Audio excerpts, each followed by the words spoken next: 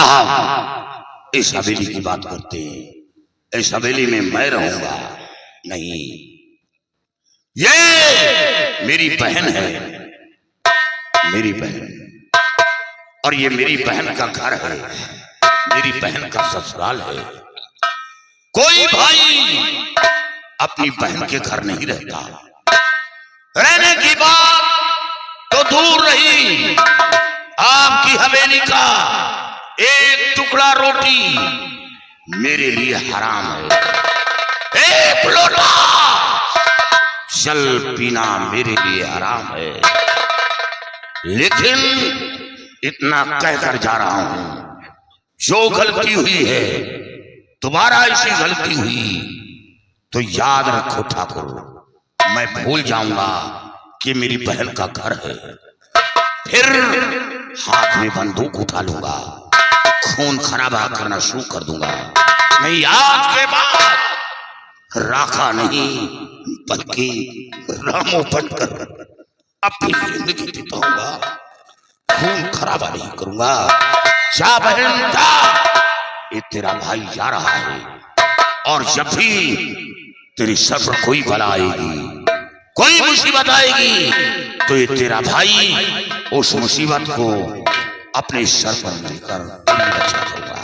जा जा जा, चलो साथियों चलो। अरे बेटा, अब तुम कहीं नहीं जाओ। ठाकुर साहब, राम ठीक कहता कि कोई भी भाई अपनी बहन के घर नहीं रहता। अरे रहने को तो बात दूर रही, एक लोटा जल भी पीना मुनासिब नहीं समझता।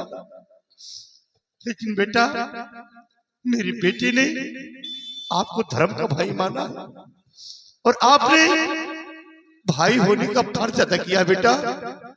लेकिन ये जसवंत सिंह अब बाप होने का फर्ज अदा करेगा बेटा। बेटे के सिवा मेरे पास दूसरा कोई संतान नहीं है, दूसरा कोई औलाद नहीं है बेटा। मेरी बेटी तो जमींदार राणा सिंह की हवेली की बहू बन चुकी है। अब इस संसार में मेरा सहारा देने वाला कौन है बेटा? आज के बाद तुम चल करके हमारी हवेली पर रहोगे, हम तुम्हें अपने जागीर का वारिस बनाएंगे, और अपने ही हाथों से हम तुम्हारा राज तिलक करेंगे। लेकिन भगवान के लिए बेटा, मैं तुम्हारे आगे हाथ जोड़ता हूं, तुम मुझे छोड़कर कहीं मत जाओ बेटा। नहीं जीते जी, ये जसवंत सिंह मौत को गले से लगा लेगा। हाँ भैया, बाबूजी ठीक ही कह रहे हैं। हमारे अलावा बाबूजी का सहारा देने वाला कौन है?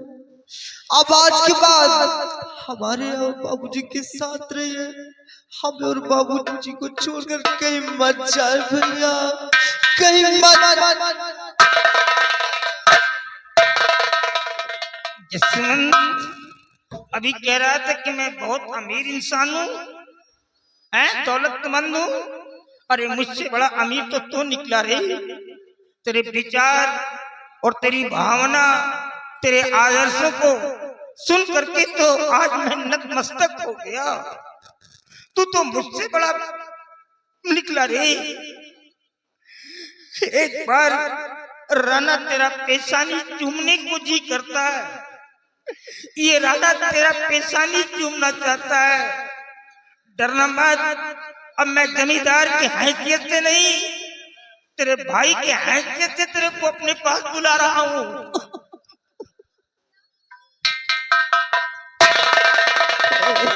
बहन देखा, मेरे सामने आओ बहन। हाँ, बहन देखा, मैंने तुझे बहुत परेशान किया, बहुत सताया बहन, लेकिन बहुत बड़ी मजबूरी थी बहन। काश मैं ऐसा नहीं करती तो मैं अपने पति की सेवा नहीं कर पाती, इसलिए मजबूरी में मुझे ये सब करना पड़ा बहन। और हो सके तो मुझे अपनी बड़ी बहन समझ के माफ कर देना बहन। बेटी, हे बहू, बाबू इस समय क्या देख रहा हूँ? मतलब ये सारा खेल हो रहा था, सब कुछ तेरा ही रचाया बचाया था क्या? हाँ बाबूजी। मतलब ये रेखा नहीं बोल रही थी, रेखा के अंदर प्रवेश करके मैं बोल रही थी बाबूजी। बेटी सुना आप लोगों ने, लोग कहते हैं कि आत्माएं बुरी होती हैं। मैं दावे के साथ कहता हूँ कोई भी आत्मा बुरी नहीं होती है। आत्मा बिल्कुल गुड एंड काइंड होती है, अच्छी और दयालु, नीट एंड क्लीन होती है। बट कोई आत्माओं के साथ बुरा करता है तो आत्माएं बैड बन जाती हैं, बुरी बन जाती हैं। देखो ये मेरी बहू मर चुकी है, अभी से इंसानों से क्या तवक्कुत रह गया, क्या रिलेशन, क्या संबंध रह गया है। लेकिन मरने के बाद भी आज हमारी बहू की आत्मा हमारे परिवार की हिफाजत कर रही है। Good and kind she rewarded by God. मैं अपनी बहू की आत्मा को नतमस्तक करते हुए सत सत नमन करता हूँ। स्वामी मेरे सामने आइए स्वामी। आ बेटा आजा। मैं यही चाहती हूँ कि अब आप मेरी बहन रेखा को अपनी पत्नी स्वीकार कर लीजिए। ये काम मैंने कर दिया है, मैंने इसको अपनी बहू मान लिया है। नहीं बाबूजी, नहीं बाबू, अभी इन्होंने मेरी बहन रेखा को अपनाया नहीं है बाबू। प्रिया, ये कैसे सोच लिया तुमने कि मैं रेखा को अपनी पत्नी स्वीकार करूंगा? कभी नहीं प्रिया, मुझे किसी के साथ नहीं रहना। याद है जब हमारी तुम्हारी पहली मुलाकात हुई थी और हम दोनों ने मिलकर वादा किया था, एक दूसरे के साथ जीने व मरने की कसम खाया था, तो फिर ये कैसे सोच लिया तुमने मैं किसी के साथ नहीं रहना चाहता? तुम मुझे अपने साथ ले चलो प्रिया, मैं किसी के साथ नहीं रहना चाहता। मैं तुम्हें अपने साथ नहीं लेके जा सकती स्वामी। मैं तो पूरी तरह से आपकी हो भी न सकी स्वामी। केवल एक चुटकी सिंदूर की गुनहगार हूँ मैं। इसीलिए स्वामी मैं आपका खुश देखना चाहती हूँ। आप मेरी बहन रेखा को अपना लीजिए स्वामी, नहीं मेरी आत्मा को कभी शांति नहीं मिलेगी। आखिर आप क्या चाहते हैं कि तुम्हारी पत्नी की आत्मा इसी तरह भटकती रहे? मैं कभी ऐसा नहीं करूंगा, बस तुम मुझे अपने साथ ले चलो और मैं कुछ नहीं चाहता। नहीं स्वामी, स्वामी क्यों मुझे रुला रहे हो? मैं आपके सामने हाथ जोड़ती हूँ कि मेरी बहन को अपना लीजिए। तुमको मेरी सौगंध है स्वामी, तुमको तुम्हारी मरी हुई पत्नी की सौगंध है, तुमको तुम्हारी प्रिया की सौगंध है स्वामी। मेरी बहन रेखा को अपना लीजिए। प्रिया, अगर तुम्हारी अंतिम यही इच्छा है तो मैं तुम्हारी आत्मा को शांति दिलाऊंगा और रेखा को मैं अपनी पत्नी स्वीकार करता हूँ। मेरी आत्मा को शांति मिल जाएगी। अब मैं ये दुनिया छोड़ के किसी दूसरी दुनिया में चली जाऊंगी। लेकिन रामू ने तो अपने बहन के कातिल को छोड़ दिया, लेकिन मैं अपने दुश्मन को मार डालूंगी, मैं नहीं छोड़ूंगी, मार डालूंगी इसे। एक मिनट प्लीज, एक मिनट। जरा इसकी हालत देख बेटवा, ये तो खुद ही मरा हुआ है। एक एक पल हमेशा मौत की भीख मांगता रहता है। ऐसे ही भूखा प्यासा पड़ा रहता है, दरवाजे पे चारपाई भी पड़ा रहता है। रास्ते से गुजरने वालों को टकटकी लगाए देखा करता है, बोलता नहीं है। जबरदस्ती खाना खिलाता तो खाता नहीं है, खाना भी नहीं मांगता है। देख बच्चा, इसकी हालत क्या हो गई है। ये तो खुद ही मरा हुआ है, सूख करके कांटा हो गया मेरा बच्चा। कितना मासूम मेरा बेटा है। छोड़ दो बिटिया, ना मारो इसको।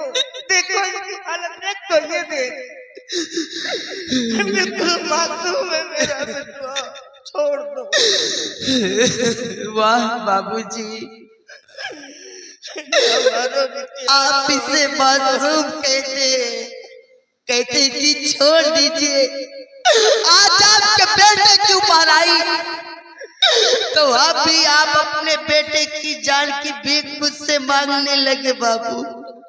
बच्चा, अगर जो हस्र मेरे साथ हुआ था, काश ऐसा ही आपके बेटे के साथ में ऐसे होता। ताने मत मारो बिटिया, तो क्या ये बाप का दिल है बिटिया, नहीं मानता। ऐसे आप ताने यही मत इंसाफ करते बाबूजी। उसी तरह से मैं भी किसी की बेटी थी। मेरा बूढ़ा बाप मेरी हाथ में तड़प तड़प के मर गया, और आप कहते किसी मैं छोड़ कैसे दे। बताऊं अपने बेटे को। मेरा बेटा है। नहीं बाबू, मैं तो छोड़ चुकी थी। ये दरिंदे लोग नारी जात का अपमान करेंगे, नारी जात को नोच नोच कर खाते रहेंगे। मैं इसे कभी नहीं छोड़ सकती हूँ, मैं इसे मार डालूंगी।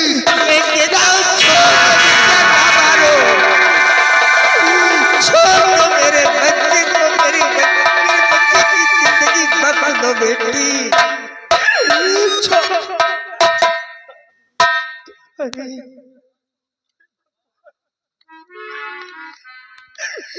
रामू, ये मेरा बेटा तुम्हारी बहन का ही कातिल नहीं था। मेरी लक्ष्मी जैसी बहू की इज्जत को लूट करके मार डाला। अफसोस। ये मेरी बहू की आत्मा थी जो आई थी। ठाकुर, ये सब नजारा देखकर तो मेरे पैरों तले की जमीन खिसक गई।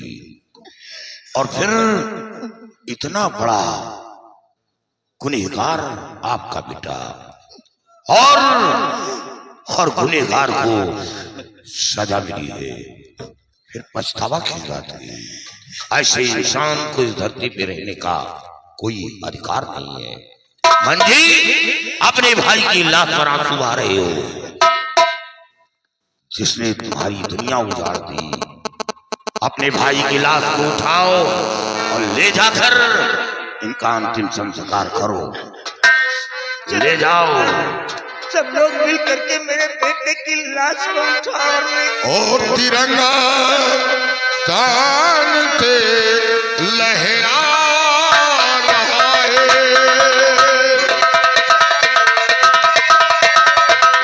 तिरंगा शान से लहरा रहा है, तिरंगा शान से लहरा रहा है, तिरंगा शान से लहरा रहा है। दिवस पंजाब